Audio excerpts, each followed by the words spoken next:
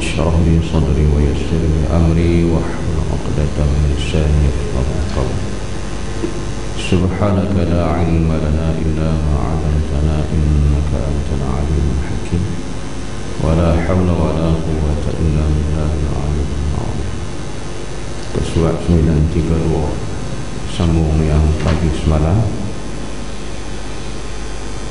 Wahai Abu Zar, tidak akan berkurang harta kerana dikeluarkan zakat, dan tidak hilang harta di dunia atau di laut melainkan kerana tidak dikeluarkan zakat.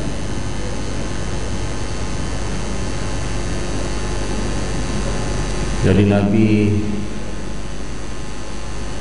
memberikan pengajaran bahawa zakat itu jika dikeluarkan tidak berkurang.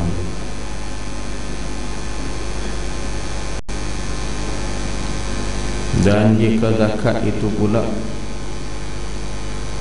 kita beri, kita keluarkan zakat, tidak akan hilang harta di darat ataupun di laut melainkan kerana tidak dikeluarkan zakat. Jadi apabila kita diperintahkan membayar zakat, jangan kita fikir bahawa bila keluar zakat ni harta kita berkurang. Memanglah pada kadang-kadang kita tengok pada kiraan kita, kalau duit, contohnya duit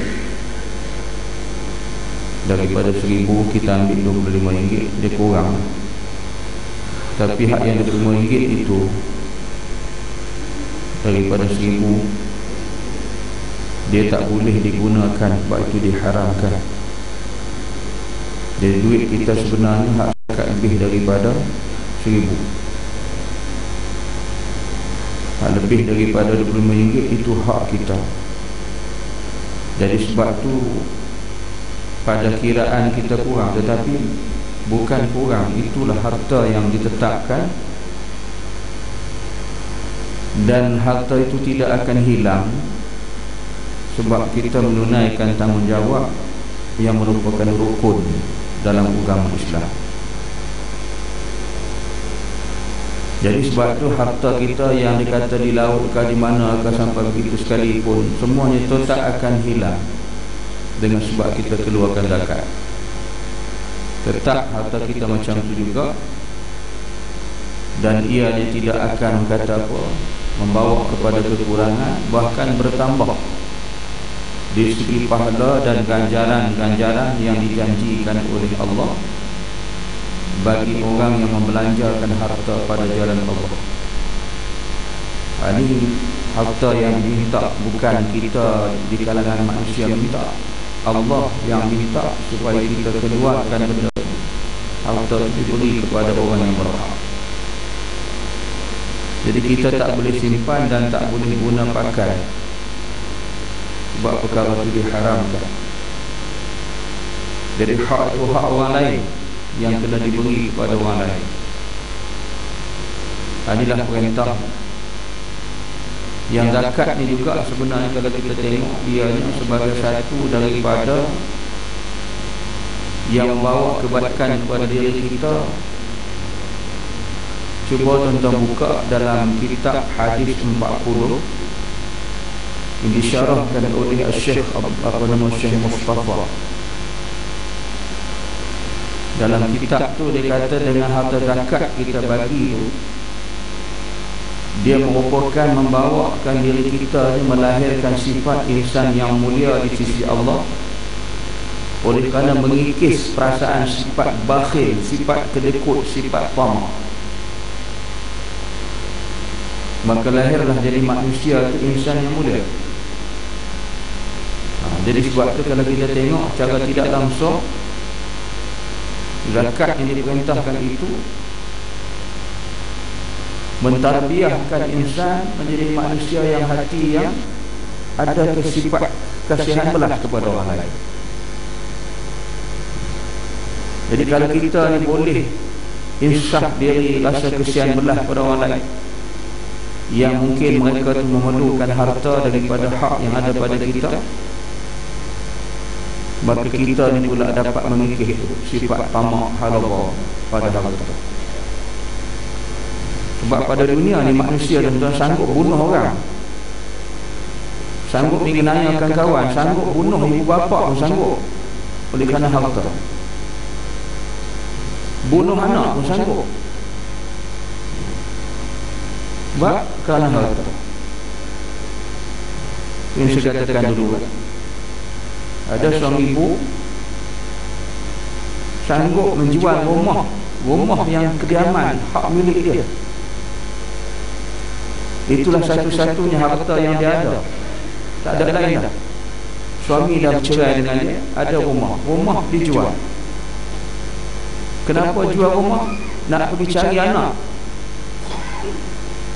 dengan khabar anak akan ditangkap, anak berada di luar negara dan akan dipenjara. Jadi pengorbanan seorang ibu sanggup jual rumah daripada Singapura, jual rumah, pergi ke luar negara cari anak, bersama dengan anak yang bongsu dia. Anak itulah menemani dia. Anak-anak yang sulung ni pergi cari tak jumpa. Jadi dibimbang, dia kata anak dia mungkin akan berlaku sesuatu yang tak diingini. Dia sayang ke anak, tak nak dipenjara. Pasal apa? Bila kita tanya, bila saya tanya ada kenapa nak ayah dia sendiri nak penjarakan anak dia. Sebab anak ni dituduh oleh ayah telah melakukan penyelewengan sehingga syarikat ayah dia bankruptsi, rugi besar. Itu saya kata, kerana harta, daging darah sendiri pun sanggup kita lakukan, ibu bapa sendiri pun kita bunuh. Ini bahaya. Sebab tu zakat, kata Syekh Mustafa dalam terjemahan atau syarah hadis 40, melahirkan, dia kata sifat manusia itu orang yang dapat mengikis sifat tamak harta. Harta ni jangan main tuan, sayang. Bahawa orang ada sifat ni dia sayang, tu dia tak nak bagi zakat. Dan saya pernah dengar ada di antara kita ni manusia, bukanlah kita dengar daripada berita kita baca, tapi dengar daripada mulut manusia sendiri. Dia kata Allah macam tu pergilah, dia kata kita ada ni bagi kau orang, sampai setelah tu lebih baik kita buat pelaburan saham. Dia kata pelaburan saham kita untung, jadi bagi zakat kat orang dapat apa? Harta kita kurang. Jadi itu manusia yang tak beriman. Islam hanya pada nama, tetapi tidak Islam di segi bentuk teori dan praktikal. Islam tidak tertanam dalam lubuk hati sanubari dia. Islam hanya menjadi hiasan pada bibir mulut dia. Pagi, petang, siang, malam Islam. Tapi bila Islam menuntut hak ni ditunaikan, dia boleh kata gitu. Kita nak buat, lebih baik dia kata dia buat pelaburan saham. Jadi ahli dunia ni digalakkan kita buat pelaburan saham, keuntungan banyak. Jadi kita telah menentang Allah Subhanahu wa ta'ala. Sebab tu orang yang demikian akan menerima azab yang pedih daripada Allah Subhanahu wa ta'ala. Jadi sebab tu Nabi kata, janganlah kamu ingat harta kamu berkurang. Tidak akan hilang harta kamu dengan sebab kita keluarkan zakat, tetapi perkara itu akan bertambah-tambah. Jadi itulah kebaikan kita dalam menunaikan zakat itu. Wahai Abu Dzar, tidak akan mengeluarkan zakat harta dengan senang hati kecuali seorang yang mukmin, dan tidak akan menolak pemberian zakat kecuali orang musyrik. Jadi orang mukmin ni dia berasa hati dia senang, lapang. Dia boleh keluarkan zakat, dia rasa satu ketenangan dalam hidup. Yang ada jadi berat, rasa susah, rasa payah dengan sebab keluar zakat ataupun tolak tak nak bayar zakat, itu manusia yang musyrik kepada Allah Taala. Bukan orang Islam. Confirm. Sebab tu saya katakan kita baca dalam sejarah selepas kewafatan Rasulullah sallallahu alaihi wasallam, ada golongan tak nak bayar zakat. Abu Bakar mengisytiharkan perang, suruh dia orang bayar zakat, suruh dia orang selesaikan, tak mau juga, enggan juga, maka dia isytiharkan perang. Itulah menunjukkan betapa tuntutan yang sangat-sangat Allah Ta'ala suruh kita buat. Dan orang yang tak nak menunaikan zakat itu, Nabi kata mereka itu insan yang musyrik kepada Allah, terkeluar daripada Islam manusia, bukan orang Islam lagi. Ya Nabi Allah, apakah puasa itu? Jawab Nabi sallallahu alaihi wasallam, puasa dan pahalanya dijamin oleh Allah. Dan bagi orang yang berpuasa ada 2 kali kesenangan, yaitu ketika berbuka dan kedua ketika menghadap kepada Tuhannya. Dan bau mulut orang puasa di sisi Allah lebih harum daripada kasturi, dan akan disiapkan hidangan pada hari kiamat untuk manusia. Maka pertama yang makan daripadanya adalah orang-orang yang berpuasa. Ini rukun Islam, yaitu berpuasa pada bulan Ramadan. Apabila ditanya oleh Abu Dzar Al-Ghifari kepada Nabi, apakah kelebihan dan kebaikan berpuasa? Nabi kata puasa ada 2 pahala yang dijamin oleh Allah. Dan bagi orang yang berpuasa pula 2 kali kesenangan. Jadi kita mendapat 2 pahala, pahala di dunia, pahala di akhirat. Dan kesenangan juga dia kata ada ketika tu dapat kita 2 kali kesenangan. Kesenangan kita berbuka, kesenangan kita ketika kita nak mati dan bertemu dengan Allah di yaumul akhirat ataupun yaumul mahsyar. Jadi bila kita mendapati dalam puasa ni, tuan-tuan, puasa adalah bagi Tuhan menjadikan kita ini bukanlah satu perkara menyeksakan, tetapi ia mendatang kebaikan. Kebaikan di atas dunia, kebaikan di akhirat. Dan puasa juga melatih diri kita untuk menginsafi kepada golongan-golongan yang miskin, golongan-golongan fuqara, golongan-golongan mustadhafin, yang ianya mungkin mereka tu kurang makan, tak ada minuman. Bukan takat 24 jam, tetapi mungkin berhari-hari. Kita tahan tak makan berapa jam saja, tak sampai pun 12 jam. Betul? Masa tu cepat berlalu. Jadi cuba bayangkan orang yang tak ada makan seminggu, yang tak ada makanan, minuman. Jadi sebab tu dia kata di antara kebaikan dan puasa itu menginsafkan diri kita pada golongan yang saya sebutkan tadi. Jadi kesenangan dan kebaikan dan kegembiraan ataupun setengah hadis isyarat, dia kata kegembiraan bagi orang yang berbuka, iaitu ketika berbuka dan ketika bertemu dengan Tuhan. Jadi sebab itu kita, maksud kata gembira itu bukanlah kita gembira dengan juadah-juadah yang banyak, yang enak, yang lazat, tetapi kegembiraan kita merasakan rezeki yang Tuhan bagi ketika itu satu nikmat yang cukup besar. Walaupun dengan 3 biji tamar, walaupun dengan segelas air Zam-Zam, walaupun dengan seteguk air, dengan sebiji tamar atau separuh tamar, itu nikmat kegembiraan yang kita boleh berbuka dan kesenangan yang abadi ketika bertemu dengan Allah Subhanahu wa ta'ala. Faman kana yarju, barang siapa nak berjumpa dengan Allah itu, Maka katanya Allah memberikan isyarat, falyamal amalan salih, maka hendaklah mereka melakukan amal yang salih, amal yang salih. Kita nak berjumpa dengan Tuhan, Allah tidak akan berjumpa dan tak akan diketemui orang-orang yang lain daripada kita. Prasyarat Allah beri ialah falyamal amalan salih wa la yusyrik bi'ibadati rabbih ahada. Syarat yang kedua, mereka tidak melakukan penyekutuan dengan Allah di dalam peribadatan. Ini syarat yang Allah berikan.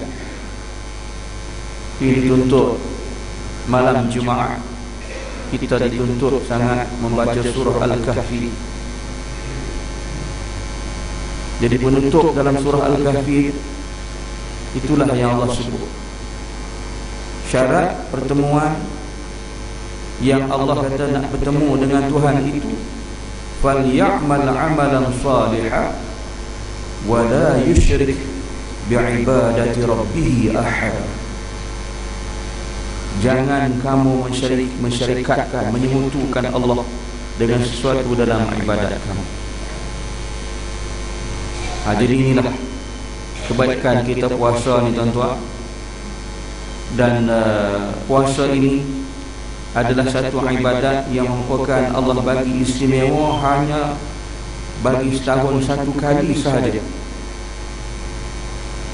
Maka dalam puasa itu pula diberikan Allah kemenangan dan kesenangan dan kegembiraan juga untuk mereka yang menghidupkan malam-malam di bulan Ramadan, yang Allah menjanjikan malam yang dihidupkan itu malam Qadr yang lebih baik daripada 1000 bulan. Belum tentu kita boleh hidup 1000 bulan. Hanya Tuhan yang Maha menentukan. Jadi dalam beribadat ini lagi Tuhan mengurniakan kebaikan dan kemenangan. Barang siapa yang dapat menghidupkan malam-malam yang dijanjikan malam Qadr ini, maka kata Rasulullah sallallahu alaihi wasallam, atau kama qala, dibangkitkan besok di hari kiamat, dibersihkan dosanya bagaikan baru lahir daripada perut ibunya, suci bersih, yang mendapat keampunan maghfirah sebagai hadiah Allah beri kepada mereka menutup malam yang penjudah di bulan Ramadan. Di awal, di pertengahan, di akhir, maka penutup Allah memberikan maghfirah, keampunan yang mendapat dibersihkan dosa-dosa mereka bagaikan baru lahir daripada perut ibu. Inilah keuntungan umat Nabi Muhammad yang tidak umat-umat lain. Jadi sebab bila kita berpuasa dengan penuh keinsafan, dengan penuh keyakinan, dengan penuh hati yang khusyuk, tawadhu, ikhlas sungguh kepada Allah, maka kesenangan ini kita akan dapat di dunia, iaitu ketika berbuka dan ketika bertemu dengan Allah di hari akhirat. Dan Nabi kata, wahai Abu Dzar, bau mulut orang yang berpuasa harum bagaikan kasturi. Mungkin pada zahirnya kita agak bau, tak menyenangkan kita, tetapi di segi pandangan Islam, pandangan Allah, orang yang berpuasa dengan ikhlas kepada Allah, mulutnya itu bau harum, melahirkan kita manusia yang mulia di sisi Allah. Tu yang kena jaga, yang kita sedia maklum. Jagalah peradaban dalam berpuasa, dipelihara daripada lisan bertutur, berkata-kata perkara-perkara yang boleh menghilangkan pahala puasa ataupun mungkin akan membatalkan puasa kita. Jadi barang siapa memelihara daripada puasa itu dengan baik, sebaik-baiknya, maka dia dapatlah ganjaran yang dijanjikan itu. Sebab itu dibahagikan kategori orang berpuasa. Ada yang berpuasa itu puasa awam, ada yang benar-benar berpuasa kepada Allah, ada puasa di kalangan para nabi, para salihin, para mursalin Allah. Jadi kita ni nak kena cari jalan berusaha supaya puasa itu dapat ditingkatkan menjadi puasa yang sebenar. Jangan puasa awam. Puasa awam ni setakat tak makan, tak minum dan menahan perkara-perkara yang membatalkan puasa. Itu puasa awam. Tapi dalam puasa yang sebenarnya, nak mencapai puasa yang sebenar, kita kena semua sekali kena berpuasa. Anggota kita zahir batin kena berpuasa. Ini kita tengok baliklah nanti syarat-syarat dalam puasa apa semua tuan-tuan ni. Jadi tak berapa bulan lagi dah, insya-Allah kita akan bertemu lagi dengan bulan Ramadan. Jadi mudah-mudahan kita doa minta agar Allah panjangkan umur kita dan dipertemukan dengan bulan Ramadan pada tahun ini. InsyaAllah boleh kita beramal ibadah dan dapat kita merebut peluang-peluang yang dijanjikan Allah jika kita gagal pada puasa yang telah lalu. Itulah harapan. InsyaAllah mudah-mudahan kita dapat melaksanakan ibadah itu dengan hati yang penuh ikhlas dan khusyuk lagi tawaduk kepada Allah. Wallahu a'lam. Subhanakallahumma wa bihamdika asyhadu an la ilaha illa anta astaghfiruka wa atubu ilaik. Bismillahirrahmanirrahim. Wal 'asri innal insana lafi khusr illa alladziina aamanu wa 'amilus shalihaat wa tawassaw bil haqqi wa tawassaw bis sabr. Assalamu alaikum warahmatullahi wabarakatuh.